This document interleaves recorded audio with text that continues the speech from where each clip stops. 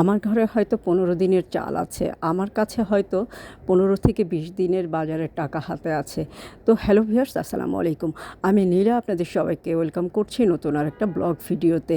আর আজকের ব্লগ ভিডিওতে বর্তমান পরিস্থিতি স্বাভাবিক হোক, খুব তাড়াতাড়ি স্বাভাবিক হোক এবং দেশের যারা শীর্ষস্থানীয় পর্যায়ে আছে তারা বিষয়টা নিয়ে এখনই তাদের বসার সময় এসেছে, এটা নিয়েই আলোচনা করব। তো প্রথমে যেটা বলছিলাম, আমার ঘরে হয়তো 15 দিনের খাবার মজুত করা আছে বা আমার হাতে হয়তো 15 থেকে 20 দিনের বাজারে টাকা আছে, কিন্তু আমাদের দেশের এমন অনেক মানুষ আছে এই রাজধানীর বুকেই যাদের কিন্তু একদিনের খাবারও ঘরে মজুত নেই। তো দেশের এই ধরনের পরিস্থিতি চলতে থাকলে তাদের অবস্থা কেমন হবে? রিক্সাওয়ালারা রিক্সা নিয়ে বের হতে পারবে না, বাসওয়ালারা বাস নিয়ে বের হতে পারবে না, সিএনজিওয়ালারা সিএনজি নিয়ে বের হতে পারবে না। তাদের ঘরের খাবার দিবে কে? তাদের পরিবারের মুখে খাবার দেবে কে? পোশাক আশাক, তারপরে অসুখ বিসুখ, রোগ ব্যাধির যেগুলো আছে সেগুলো সবই বাদ দিলাম। এই যে আমরা খাবার পাবো কোথায়?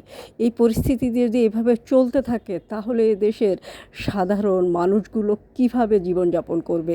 ছাত্ররা তো পথেই নেমেছে, হ্যাঁ, তাদের অধিকার আদায়ের। তারা এই অধিকার শুধু তাদের একার না, এটা ভবিষ্যৎ জেনারেশনের জন্য। সব কোঠা সংস্কার হোক এবং বাংলাদেশের অনেক নিয়ম কানুনের সংস্কার আসুক, এটার আন্দোলনেই তারা আজকে আন্দোলন করছে।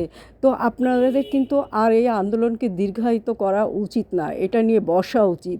এখন যত দ্রুত সম্ভব আপনারা যারা দেশের শীর্ষস্থানীয় পর্যায়ে আছেন, আপনারা যারা বড়রা আছেন, তাদেরকে কিন্তু এখনই বসতে হবে। না হলে আমরা কষ্ট পাবো নিম্ন আয়ের মানুষেরা, আমরা কষ্ট পাবো সাধারণ মানুষেরা। আপনাদের কিন্তু কিচ্ছু হবে না, আপনাদের বছরের পর বছর চলে গেলেও আপনারা ঘরে বসে অনেক কিছু খেতে পারবেন। বছরের টাকা হয়তো আপনাদের কাছে সংরক্ষিত আছে, খাবার সংরক্ষিত আছে, কিন্তু আমাদের কাছে সেগুলো নেই। আমরা যারা সেলসে চাকরি করি, আমরা যারা রিক্সা চালাই, আমরা যারা মুচির কাজ করি, আমরা যারা সিএনজি চালাই, বাস চালাই, তাদের কিন্তু কষ্ট। তো এই কষ্ট আপনাদের কিন্তু আর দীর্ঘায়িত করা ঠিক না। এবং এই কোনো মায়ের বুক খালি করা, এটা যে কত কষ্ট, যতবার এগুলো দেখছি ভাবছি ততবারই বুকের ভিতর কেমন জানি মানে একটা দম বন্ধ হয়ে আসছে। আমি চাই এই পরিস্থিতি স্বাভাবিক হোক। আপনারা বড়রা যারা আছেন তাদের কিন্তু বসার সময় এসেছে।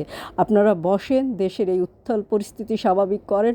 সাধারণ মানুষের সাধারণভাবে জীবনযাপন করার জন্য যা যা সুযোগ সুবিধা দেওয়া প্রয়োজন একটা সরকারের প্রধান হিসাবে, দেশের প্রধান হিসাবে, দেশের শীর্ষস্থানীয় ব্যক্তি হিসাবে আপনারা সেটাই করবেন।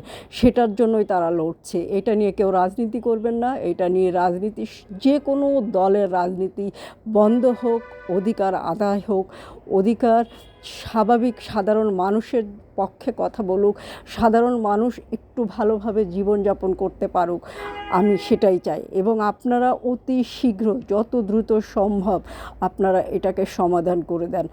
আর অনেক কথাই মানে বলতে মন চাচ্ছে কিন্তু বলতে পারছি না, অনেক কিছু করতে মন চাচ্ছে কিন্তু করতে পারছি না। আমরা সাধারণ মানুষ, আমরা ভালোভাবে বেঁচে থাকতে চাই, ভালোভাবে নিঃশ্বাস নিতে চাই, শান্তিতে মরতে চাই এবং আমাদের সন্তানেরা এই দেশের বুকে যেন ভালোভাবে বেঁচে থাকতে পারে সেটাই চাই। তো তার জন্য আপনাদের যা করা উচিত আপনারা সেটাই করেন। আপনারা এমন কিছু করবেন না, এমন কিছু করবেন না প্লিজ, যা মা শত শত মায়ের বুক খালি হয়, যা শত শত না কোটি কোটি মানুষ কষ্ট পায়, এমন কিছু করবেন না। তো যাই হোক, আমি একজন সাধারণ সেলস পার্সন হিসাবে আমি বলবো আমার জীবন ধারণ করতে হবে, আমার চলতে হবে, আমার এই পোশাক আশাক বিক্রি করতে হবে। আমি যদি এইগুলো ঠিকভাবে পরিস্থিতি স্বাভাবিক না হয় আমি কিছুই করতে পারবো না। তো যাই হোক, অনেক কথাই বললাম। আপনারা সবাই ভালো থাকেন, সুস্থ থাকেন এবং দেশের এই চলমান পরিস্থিতি স্বাভাবিক হোক, সেটাই আমরা সবাই চাই।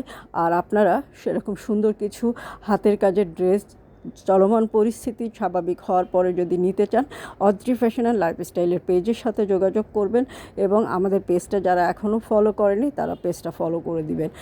আর আপনারা সবাই যার যার জায়গা থেকে সোচ্চার হন, আপনারা সবাই সবাই এগিয়ে আসুন, এই পরিস্থিতি স্বাভাবিক হোক।